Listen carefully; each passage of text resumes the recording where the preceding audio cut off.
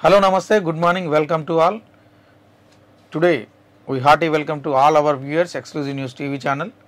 ఈరోజు మరిన్ని investigative journalism items తోటి మీ ముందుకు వచ్చాం. This is senior journalist KKR, this is senior journalist Ananchini Venkateswararao. ఈరోజు విషయాల్లోకి వస్తే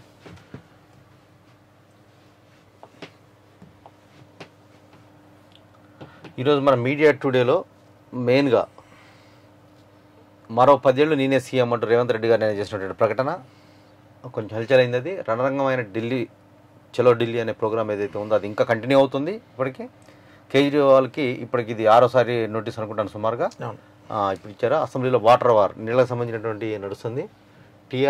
టీఎస్ఆర్టీసీ సరికొత్త చరిత్ర, ఒక్కరోజులోనే 65 లక్షల మంది ప్రయాణం, తెలంగాణ భారీగా డిఎస్పీల బదిలీలు, చేతకాకుండా రాజీనామా చేయి రేవంత్ అంటూ మన ఇది మేడారం ఇంటింటికి జాతర, అబుదాబిలో తొలి హిందూ దేవాలయం, టీఆర్ఎస్ వైఖరిపై బీఆర్ఎస్ ఎమ్మెల్యే ఆగ్రహం.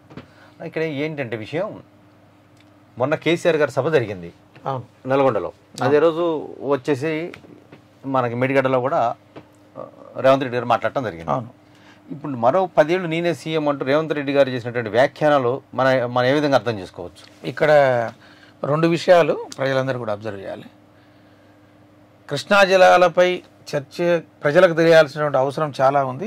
కృష్ణా జిల్లాల వెనక మర్మాలు చాలా ఉన్నాయి. ప్రస్తుతం ఏదైతే అధికారంలో ఉన్నటువంటి ప్రభుత్వం ప్రజల్ని డైవర్ట్ చేస్తుంది, నిజాలు చెప్పట్లేదు, నేను నిజాలు చెప్పడానికి నల్గొండకు వస్తున్నా అని చెప్పాడు. ఓకే, ఎవరు? కేసీఆర్. ఓకే, నల్గొండకు వచ్చిండు, బాగున్నాడు, స్టేజ్ ఎక్కిండు, అంతా అయిపోయింది. కానీ అక్కడ అసలు కృష్ణా జిల్లాలో ఉన్నటువంటి మర్మం అన్నది చెప్పలేదు. అసలు విషయం చెప్పలేదు. అసలు విషయం ఏంటిది?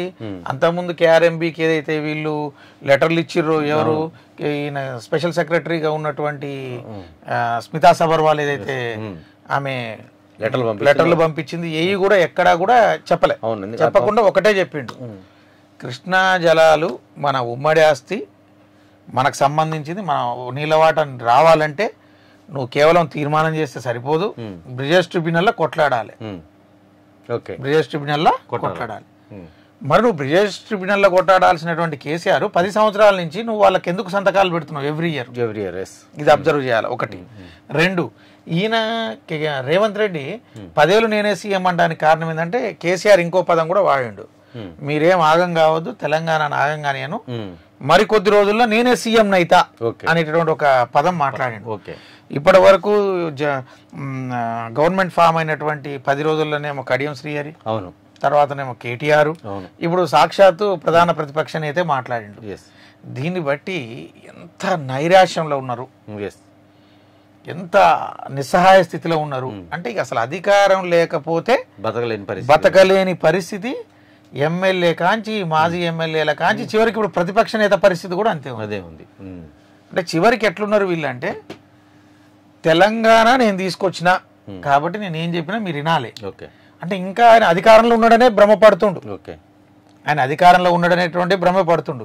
ఇప్పుడు 4 కోట్ల తెలంగాణ ప్రజలు ఆలోచించాల్సింది ఏముందంటే, సకల జనులు, విద్యార్థులు, మేధావులు, ఉద్యమకారులు, తర్వాత రెక్కాడితే డొక్కాడనటువంటి కూలీలు సైతం తెలంగాణ ఉద్యమంలో పాల్గొని 11 సంవత్సరాలు సుమారు 1300 మంది ఆత్మ బలిదానాలు చేస్తూ వచ్చినటువంటి తెలంగాణ.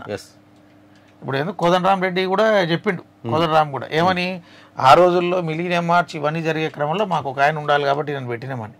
సరే, ఆ క్రెడిట్ నువ్వే తీసుకో, నిన్ను తెలంగాణ జాతిపిత అంటారు, మీ టీఆర్ఎస్ వాళ్ళు అంటున్నారు.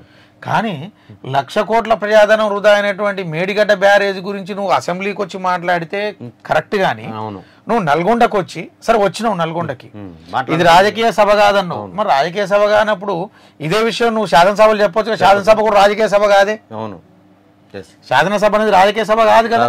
నువ్వు బలంగా చెప్పొచ్చు కదా, మేడిగడ్డలు ఏముంది, ఏం బీకనీకపోయినావని ఈ సీఎం అంటే.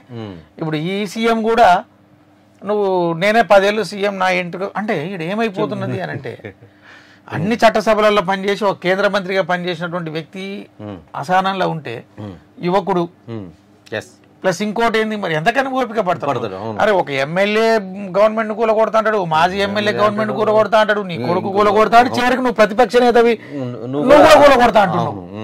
అంటే మరి ఏం చేయాలి వీళ్ళు? అంటే డబ్బు ఎక్కువ ఉంది కాబట్టి ఏదేం చెప్తున్నా. ఇప్పుడు ప్రజల్లో ఉన్నటువంటి టాక్ కూడా ఏంటంటే, సంపదకు కుదవలేదు, వనరులకు కుదవలేదు, అవినీతి కూడా కుదవలేనంత చేసిరు. అంటే మెంటల్లీ ఫిక్స్ అయిపోయారు వాళ్ళు. ఇక అంతే, వీళ్ళు వేటాడడం ఖాయం, కేసులు పెట్టడం ఖాయం, జైళ్ళకి వెళ్ళడం ఖాయం. కానీ దానికన్నా ముందు మేము ఈ కృష్ణా జలాలను అడగడం వల్ల దీన్ని బేస్ చేసుకొని మమ్మల్ని జైలు వేసిర్రు అని చెప్పి మరోసారి 4 కోట్ల మందిని మోసం చేయడానికి